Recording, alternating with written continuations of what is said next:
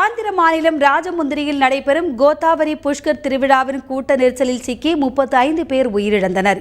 தொடர்ந்து மக்கள் கூட்டம் ராஜமுந்திரி பகுதியில் அலைமோதி வருகிறது. இந்த சூழ்நிலையில் திங்கட்கிழமை அமைச்சரவை கூட்டம் அதே ராஜமுந்திரியிலேயே நடைபெற இருப்பதாக தகவல்கள் வெளியாகியுள்ளன. இதுகுறித்த கூடுதல் விவரங்களை செய்தியாளர் எழில் மூலமாக கேட்டு பெறுவோம். எழில், சொல்லுங்க, திங்கட்கிழமை நடைபெற இருக்கின்ற ஆந்திர அமைச்சரவை கூட்டத்தில் என்னென்ன பிரச்சனைகள் விவாதிக்கப்பட இருக்கு? இது குறித்த தகவல்களை சொல்லுங்க. நிச்சயமாக, அதாவது இந்த புஷ்கர், இந்த கோதாவரி புனித நீராடல் நிகழ்ச்சியின் முதல் நாள் அன்று முதல்வருடன் குளிப்பதற்காக லட்சக்கணக்கான மக்கள் ஒரே இடத்தில் குவிந்ததால் நெரிசலில் சிக்கி சுமார் 35க்கும் மேற்பட்டோர் உயிரிழந்திருக்கிறார்கள். தற்பொழுது இந்த திருவிழாவை ஒட்டி இது ஆந்திர அரசியலிலும் மிகப்பெரிய ஒரு அனலை கிளப்பியிருக்கிறது. அதாவது சந்திரபாபு நாயுடுவுக்கு எதிராக எதிர்க்கட்சிகளாக இருக்கிற ஒய்எஸ்ஆர் காங்கிரஸ், அதே போல கம்யூனிஸ்ட் மற்றும் காங்கிரஸ் கட்சி என பல தரப்பினரும் தற்பொழுது சந்திரபாபு நாயுடுவினுடைய அந்த செயல்பாட்டை கண்டித்தும், அதே போல அந்த உயிரிழப்பிற்கு சந்திரபாபு நாயுடு தான் பொறுப்பேற்க வேண்டும், பொறுப்பேற்று தார்மீகமான முறையில் சந்திரபாபு நாயுடு அவர்கள் முதல்வர் பதவியை ராஜினாமா செய்ய வேண்டும் என அவர்கள் வலியுறுத்தி தொடர்ந்து அவர்கள் போராட்டங்களில் ஈடுபடுவோம் என்ற எச்சரிக்கை விடுத்திருக்கிறார்கள். அதையொட்டி தற்போது ஆந்திர முதல்வர் சந்திரபாபு நாயுடு அவர்கள் ராஜமுந்திரியிலேயே அந்த இறப்பு சம்பவத்துக்கு பிறகு அவர் ராஜமுந்திரியிலேயே தற்போது தங்கி வருகிறார். மாலை நேரங்களில் அவர் பொதுமக்களுடைய அந்த நீராடல் நிகழ்ச்சி எப்படி நடந்து கொண்டிருக்கிறது, எந்த விதமான சம்பவங்களும் நடந்துவிடக்கூடாது என நேரடியாக அவரே கண்காணித்து வருகிறார். தற்போது அவர் ராஜமுந்திரியில் தங்கியிருக்கிறார். அது மட்டுமல்ல, திங்கட்கிழமை அன்று அவசரமாக அமைச்சரவை கூட்டுவதற்கான திட்டங்களையும் அவர்கள் ஏற்பாடு செய்திருப்பதாக ஆந்திர அரசியல் வட்டாரங்கள் தெரிவிக்கிறது.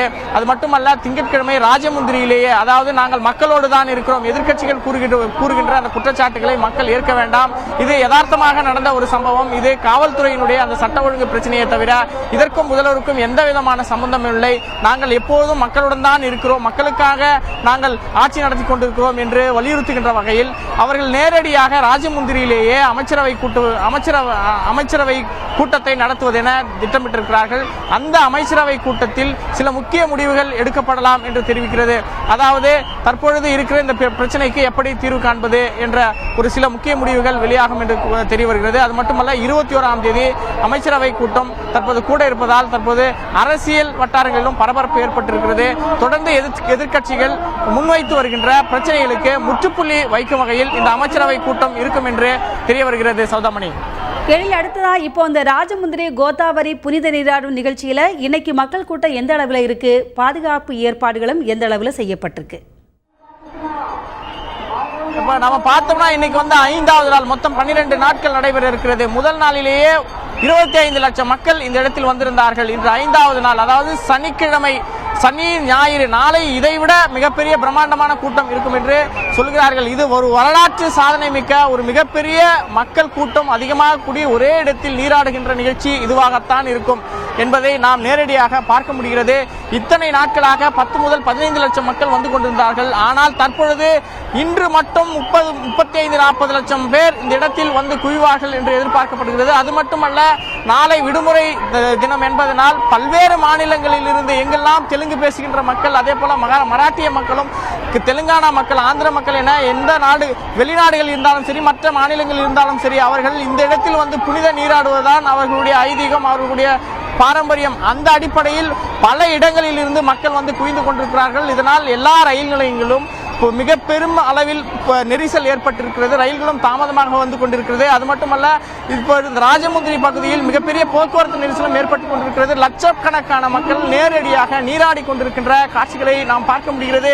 அதாவது குறிப்பாக அலகாபாத்தில், காசியில் மட்டும்தான் இது போன்ற நிகழ்வை நாம் பார்க்க முடியும். அதற்கு அடுத்தபடியாக நம் இந்தியாவிலேயே மிகப்பெரிய ஒரு வரலாற்றை படைக்கக்கூடிய ஒரு மிகப்பெரிய ஒரு நீராடல் நிகழ்ச்சி தற்போது நடந்து கொண்டிருக்கிறது. இந்த இடத்தில் மட்டும் நீங்கள் பார்த்துக் கொண்டிருக்கிற இந்த இடத்தில் மட்டும் 1 மணி நேரத்திற்கு 1 லட்சம் பேர் நீராடுகிறார்கள் என்று காவல்துறையும் அதே போல நகராட்சி நிர்வாகமும் நமக்கு சொல்கிறார்கள். இப்படி மிகப்பெரிய அளவில் மக்கள் கூட்டமாக அலையாக வந்து கொண்டே இருக்கிறார்கள். எல்லா வீதிகளிலும் எங்கு பார்த்தாலும் மக்கள் கூட்டம் தான் தெரிகிறது.